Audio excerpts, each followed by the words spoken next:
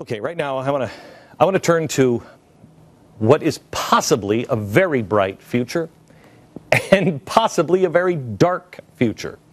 One of the smartest people on the planet today, I think, is also one of the spookiest guys on the planet today, because what he is talking about really is not in his hands, it's in your hands. He is extremely important to listen to. He has been right so many times. His name is Ray Kurzweil. He's a technological visionary. He is an inventor, a theorist. His predictions are incredible. He makes the most interesting man in the world look like a snore fest. He has predicted the explosive growth of the internet, the inevitability of wireless modems when less than 1% of the country was even on the internet. He made a prediction, along with many others, in his 1990 book, The Age of Intelligent Machines, most of which came true in the next decade. In his next book, The Age of Spiritual Machines, he was even more impressive. Of the 147 predictions Kurzweil made for 2009, 78% turned out to be entirely correct. Another 8% were mostly correct. I think that's kind of like he's mostly dead, not entirely dead, if you watch The Princess Bride. He is not just talking about what technology is coming down the pike. This man is creating it. Kurzweil invented the first flatbed scanner. He is the first to come up with print-to-speech reading machines for the blind. The first text-to-speech synthesizer. He made a bet with Stevie Wonder years ago over whether a synthesizer could sound like a real piano. As a result, he created the first music synthesizer capable of recreating a grand piano and other instruments. He won the bet. He also made the first commercially marketed speech recognition software. PBS named him one of the 16 revolutionaries who made America. The logical question to ask Ray Kurzweil is, what do you see coming next? And we'll ask him those questions, but I have some deeper questions than that after you hear what he sees coming. Here's a bit of what he does see coming. Artificial intelligence. The next step is merging your brain with a digital brain.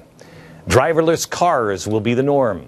By the 2030s, nanobots will be in your bloodstream. Our brains will communicate wirelessly with the internet. Technological singularity is on the horizon, which basically is the creation of machines that act like and are smarter than humans.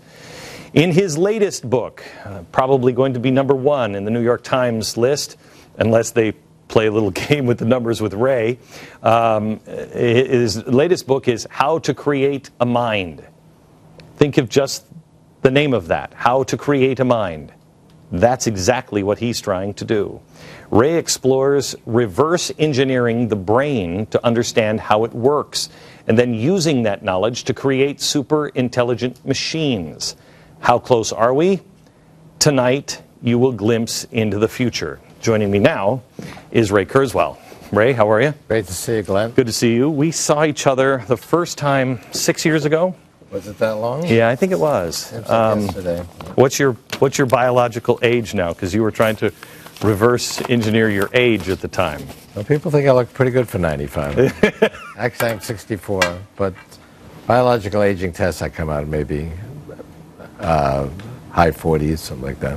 Which is lower than I think last time I saw you. You still take, what do you Probably about the same. You still take, like, I was in like 3,000. Well, I take 150 pills a day, which is down from some years ago. Okay. I want to talk to you because your book is, I mean, this book I read when it came out, this came out in the 90s? 99. Yeah. This came out, when I read this, I was both thrilled and spooked out of my mind. This one is 10 times this book, because this one, it's here. I mean, you're starting to see the things you talked about here. Absolutely. And it's actually amazing how people don't take it for granted. If you predicted some of the things that exist now, 10 years ago, which in fact I did. You did. People thought it was crazy. Now that they're here, Watson can defeat the best 2 human players at Jeopardy, which is a game involving subtle, ambiguous language and all of human knowledge, and it got a higher score than the best 2 players put together. People are asking questions of their phones with Siri and Google Now. Google driverless cars. I've talked to people who have driven in them, and they quickly gain more confidence in the AI driver than in the human driver, which may not be saying much. But, You've never driven with me. and then people just shrug their shoulders and accept these things. Something like Siri or Google now, they say, oh, well, it made mistakes. That's typically the reaction to technology. And it comes out, people say, well, it doesn't really work perfectly.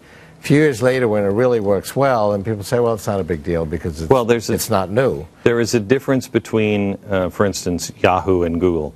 I use Yahoo. I try not to use Google, much of it your work. But I try not to use Google. Google is by far, I mean, I can type like 6 different things and I'm not finding it with Yahoo. But Google is... So why don't you use Google? Because I'm helping you create artificial intelligence if I use Google. And I am not a technophobe. I like technology. I just don't trust. Let me be real frank with you. This is a hard thing to say to you, and I wondered if I should even say it to you. What is the difference between you and somebody who worked in the eugenics program in the 20s and 30s? Well, the eugenics was, first of all, a technology that didn't work and was anti-human. It involved killing people, and, okay, as opposed to enhancing people. It didn't at first. It didn't at first. They were trying to, let's create the perfect person. Let's enhance the perfect person. Let's have the most intelligent. I mean, if there's no such thing as perfection. I'm not actually into perfection, and the mistake in the movie AI is that Hal should be perfect because he was so smart. But actually, as we solve more difficult problems, there's inherently no such thing as perfection. Right. And Watson made lots of mistakes. So did the humans. But Watson did a better job. If you play tic-tac-toe, you can do a perfect job. You try to do something meaningful, like run for office or something. It's impossible to be perfect. Right. Especially if you're running for office, it doesn't seem like you need to get close. And I think what technology does and does already is make us smarter and more intelligent. I'm smarter than I used to be, right, because of these brain extenders. During that one-day SOPA strike, I felt like part of my brain went on strike. Here's what I'm concerned about. That when we'll get into it later on. You're creating artificial intelligence, and you talk about it in this, that at some point you're going to go to reach and turn off your machine, your computer, and your computer say, don't, I'm lonely. And so it becomes confusing on what life is, what the self is. We're there now. We can't turn off the computers. I mean, right, our infrastructure would fall apart. Civilization would correct, grind to a halt. We no longer have our hand on the plug. And right. Human decisions are a collaboration of human and machine intelligence already. Right. And we're much smarter than we used to be. We have access to all human knowledge with a few keystrokes. But you're taking it now to, and I'm not anti-technology because my life is enhanced by it as well. I hated maps. It is so easy now to get anywhere, to find anything. That's one small example. It's fantastic. But you're talking now also about whatever the device looks like in the future, that it will answer a question before I ask it because it's listened to all of my conversations. That's right. Yeah. If you let it, but you will. Yes, you will. But my problem is not the technology, but who has access to all of my thoughts, all of my questions, all of my conversations. Where is that going? Well, this is an issue right now. I mean, we do very intimate things, like write tens of thousands of emails to a girlfriend right. on our personal computers, and we don't have absolute control of that information. Relatively few people actually have their lives ruined by invasions of privacy. There are a couple of people that might disagree with that who are in the news recently. But, right. I mean, I talk to people, and privacy actually is alive and well. I mean, it used to be you just had to close the blinds in your bedroom, and now you've got 1,000 virtual windows. But we actually have the means of closing those virtual windows. The Senate just today just introduced a bill where they can read anything that is on your email or anything that is on your server. So that gives the government, without a search warrant or anything else, just access to go in. I mean, Google is already at least scanning all of my email to find keywords to target things. I mean, at some point, does it ever become Minority Report to you?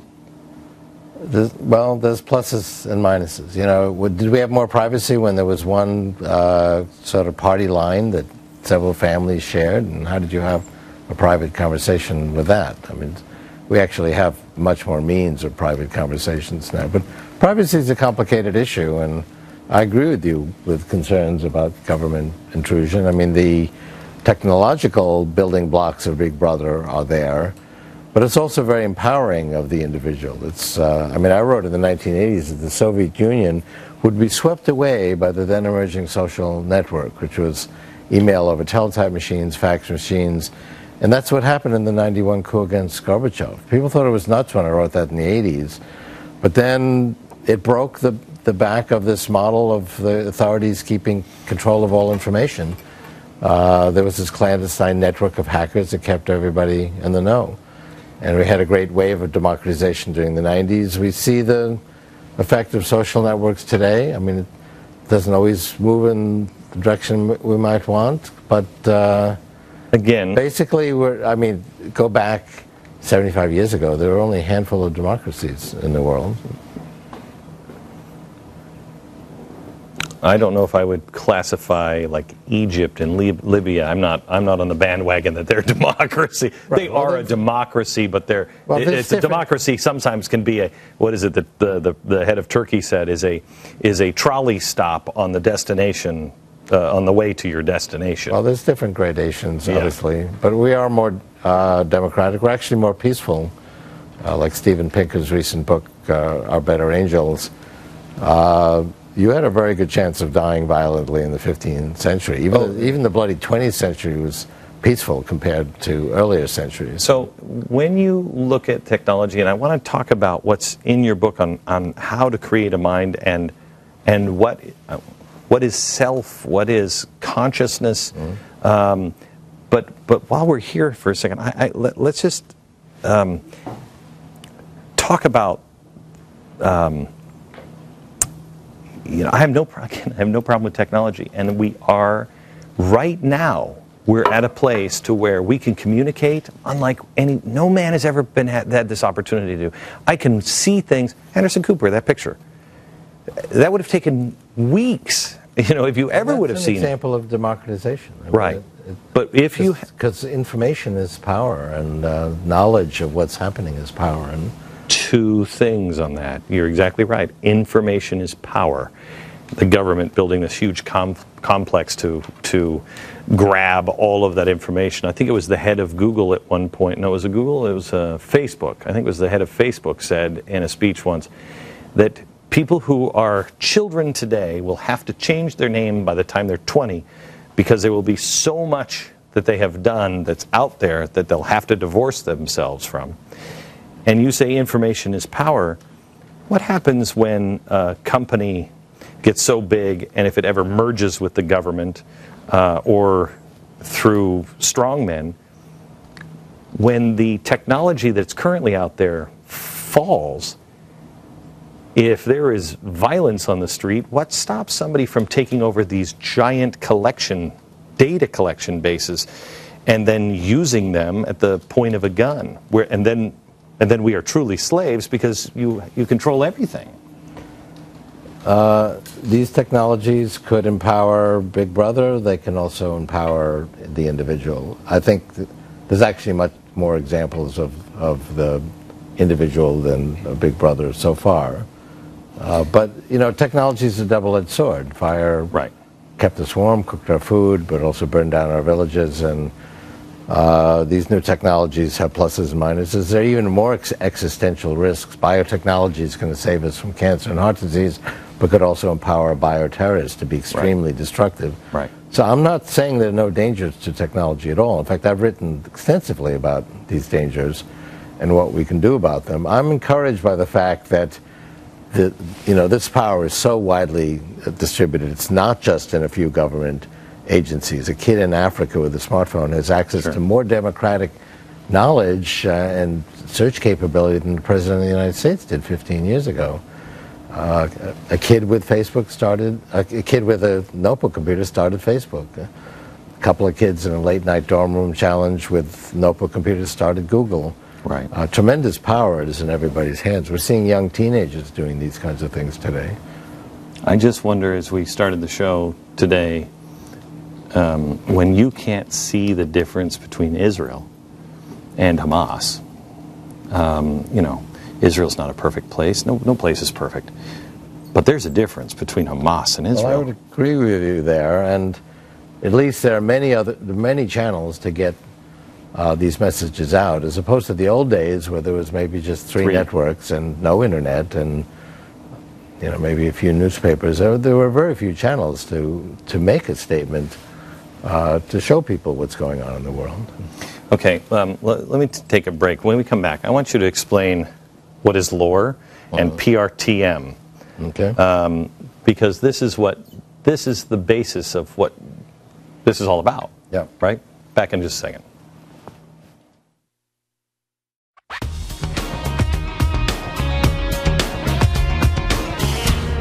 Okay. You're in for a wild ride.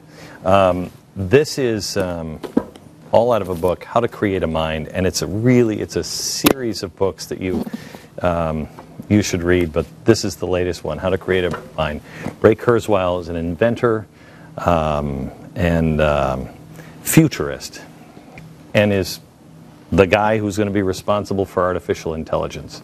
Well, I'm working on it. I have to tell you, I both celebrate you and despise you at the same time. I am torn because I just don't know how it's going to end, and I suspect. Well, as we said, technology is a double-edged sword, but it actually has been very beneficial. I mean, go back and read Thomas Hobbes or even Charles Dickens as to what life was like 200-300 years ago. Right. Short, brutish, disaster-prone, disease-filled. Human life expectancy was 37 in 1800, 48 in 1900.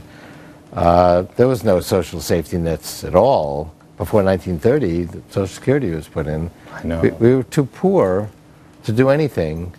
The world is much better off in terms of wealth, health, education. We had 50,000 college students in 1870. We have 12 million today. Remember, I'm a guy who's starting an internet company, so I know it's a double-edged sword. Okay, so let's start here. What's lore and PRTM? Law of accelerating returns basically says that information technology, like computers, like communication devices, biology, genetic sequencing, information about the brain, progresses exponentially, not linearly. That's what it says. People go, well, what's the big deal with that? If I take 30 steps exponentially, 2, 4, 8, 16, I get to 1 billion. 30 steps linearly, I get to 30. Our intuition about the future is linear. And this is actually the primary difference between myself and my critics. So halfway through the Genome Project, 1% had been finished. So people said, oh, 7 years, 1%? It's going to take 700 years, like we said. That's linear thinking. That's our intuition. My reaction was, oh, gee, 1%, we're almost done. 1% is only 7 doublings from 100%. It's the point of singularity. And it kept doubling. It was finished 7 years later. All of biology now is understood as basically software, and our ability to update that software and reprogram it is doubling every year. This is several billion times more powerful per constant dollar than the computer I used when I was a student. It's 100,000 times smaller in size. We'll do both of those things again in 25 years. So this again will be several billion times more powerful per dollar and the size of a blood cell. And that gives you some idea of what will be feasible. That's the radical nature of information technology. Let's get this straight again. Size of a blood cell. Yeah. And several billion times more powerful. Is that all the per dollar? Yeah. Per dollar. So is that all of the human brains working together? More than that? 25 years from now, yes. I mean, that'll be much more powerful than the human brain. We have computers now that can do things that the human brain can't do, like play Jeopardy better than any human, for example. You talked about in one of your books that you saw a point to where you would have computers that would have the computing power of all of the human brains, didn't you? Did you see that down the road, 2050? Yeah, that's about right. Okay, so what is PRTM? That's the pattern recognition theory of mind. That's what this book articulates, basically describes how the neocortex works, and allows us actually, with that insight, to create artificial intelligence based on our understanding of the human brain. And it's not as complicated as you might think. One line of criticism is, oh, the human brain is this vastly complex, it's hundreds of trillions of connections, each one is exactly where it needs to be, and that's just not the case. That's like describing, well, what is a forest? Well, a forest has all these different branches, and each one is exactly where it needs to be.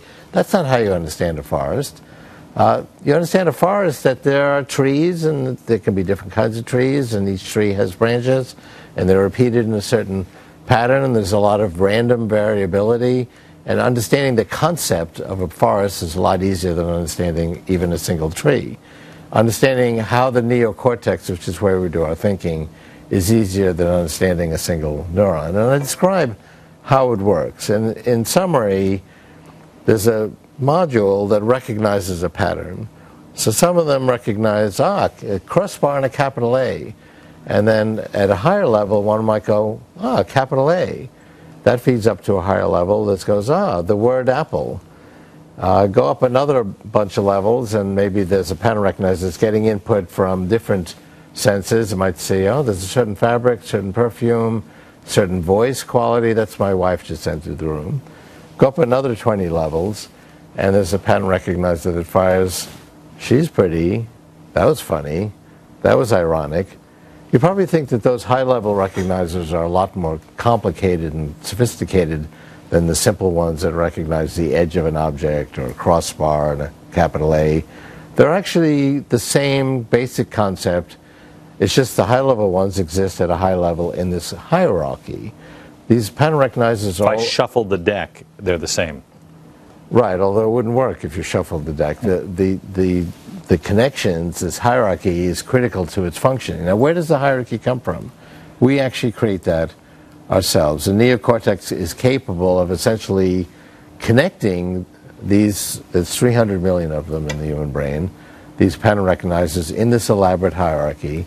And we lay down one conceptual level at a time from the moment we're born, or even earlier than that. So we're, from the very first moment that our brain is working, it is laying down one conceptual level at a time. I have a 1-year-old grandson, and he's got several levels of abstraction under his belt. He's got a few more to go. And we have 300 million of them. One of the reasons that kids can learn, say, languages so easily is they have all this virgin neocortex. It's not used. By the time we're 20, we've used it all up. We actually can't learn anything new without letting go of old memories. I talk about that process in the book, and some people aren't very good at that, which is why they're rigid thinkers. We can learn new things, but we have to kind of reorganize older memories. How do you reorganize older memories? By being open-minded. Part of it is to let go of redundancy, because like the pattern recognizer recognizes a crossbar and a capital A. I don't have one of those. I probably have 1,000 of those. I don't need 1,000. I could probably do with 100. So as you actually master a skill, you can let go of some of the redundancy and apply it to new knowledge. That's one strategy. But the neocortex kind of does this automatically, but some are better than others, which is why some people are more open-minded than others, later in life. Okay, so you're reverse engineering the brain. You're finding this pattern. And we're going to take a break, and then we come back, and you tell us what does it mean in machines next. Singularity is a future period in which technological change will be so rapid and its impact so profound that every aspect of human life will be irreversibly transformed. There won't be a clear distinction between humans and machines. Our computers are not going to be these rectangular devices we put in our pocket. They're going to be inside our bodies and brains, and we're going to be a hybrid of biological and non-biological intelligence. In about 40 years, the pace of change is going to be so astonishingly quick that you won't be able to follow it unless you enhance your own intelligence by merging with the intelligent technology we're creating. So that's such a profound transformation that we've borrowed this metaphor from physics and call that a singularity. We are back with Ray Kurzweil, the author of How to Create a Mind, and he talks about a future where artificial intelligence machines can catch a fly ball.